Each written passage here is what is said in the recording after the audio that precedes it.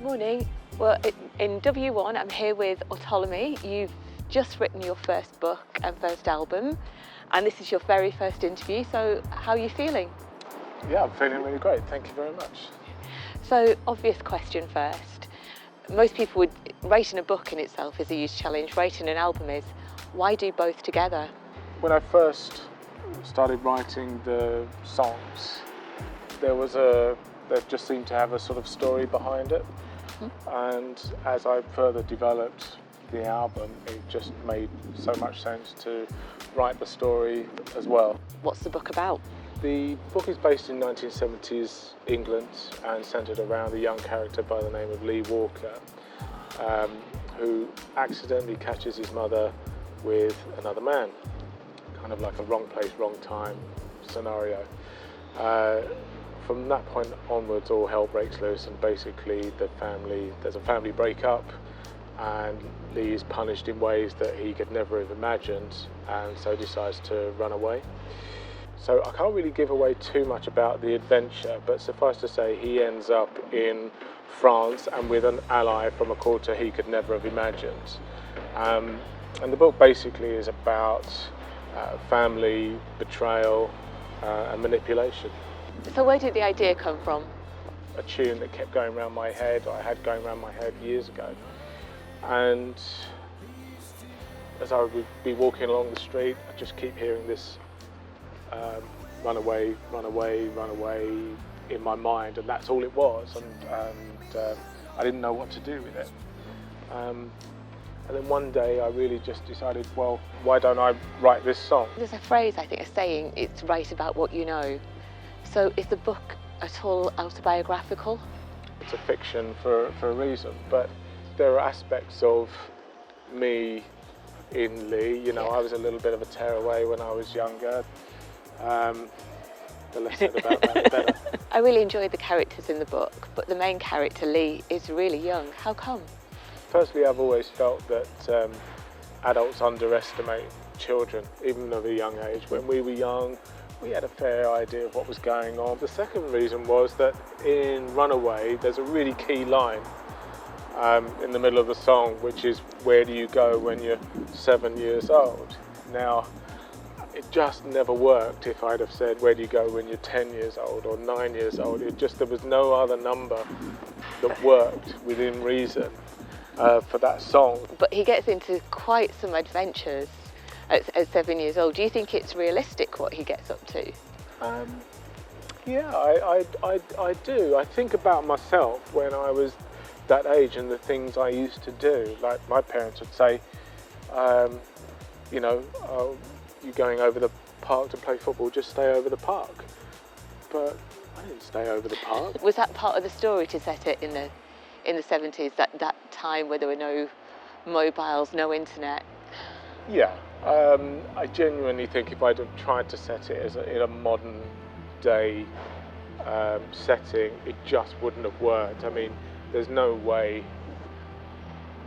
in this day where everyone has a camera, every street has a camera on it, that you wouldn't know, you wouldn't find that kid very, very soon. In the 70s, it just generally made things a little bit easier because, not everybody had televisions, not everybody had a telephone.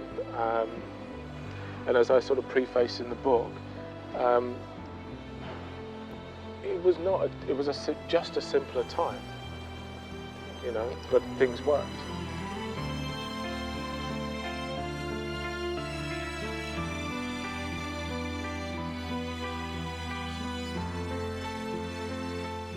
But what I really liked is you have linked it all together. You've got these road signs at the beginning of every chapter. How did that come about? I'd envisaged every chapter to have an illustration at the beginning. I'm not an illustrator, so trying to find someone who could do that and actually put the illustration together of what was in my mind was actually very, very difficult. And after about 3 or 4 different iterations, and that just didn't work, a friend of mine had suggested going down to a market, and there was a guy down there who had some artwork for sale. Yeah. And I talked to him about whether he could do illustrations or whether he knew someone who could do illustrations, and we talked about the project, and he said, well, why don't you do something symbolic rather than an illustration? So that got me thinking, and then that's where the road sign came about. Now I could do that myself. Listened to the album, loved it, but really surprised by the range of genres on it. Was that by design? I've got a very large record collection, and that spans 60s, 70s, 80s, 90s, 2000s. Goes across dance, disco, pop,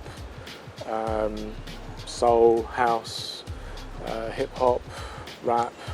There's a whole album section, you know, and you've got concept albums, classical, you know, so there's a whole bunch of influences there. So the album itself, you know, it starts with a soundscape. Second track is a dance pop track, something upbeat. Third track is a little bit more classical based. Fourth track is a soul track. You know, fifth track is a ballad, so on and so forth. So the tracks were just influenced by, lots of, you know, so it's a big melting pot basically, and each track is just the way I felt it should be. You started with vinyl as a young lad, as you said. What's kept you with it, and how much have you got? I like something tangible to play my music with. I mean, I listen to electronic stuff on my phone and everything, but it's nice to sort of go home and put a record on. Plus, when I was young, I used to DJ, so I used to like to mix records and stuff like that, so which I still do. So that's why I like vinyl so much. It's a really unusual product. I've never come across anything like this before. The book with a CD and a download in there. And how do you want people to use the product? Do you read the book and listen to the music at the same time?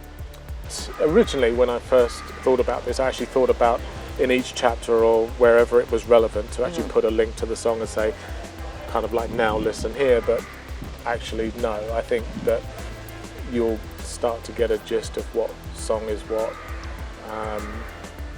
You know, when you listen to the album, and it's entirely up to the listener whether they listen alongside that or listen separately, or whenever they're in the car or, you know, on headphones, whatever they want to listen to it is fine. That's all, you know, all I would ask for, really.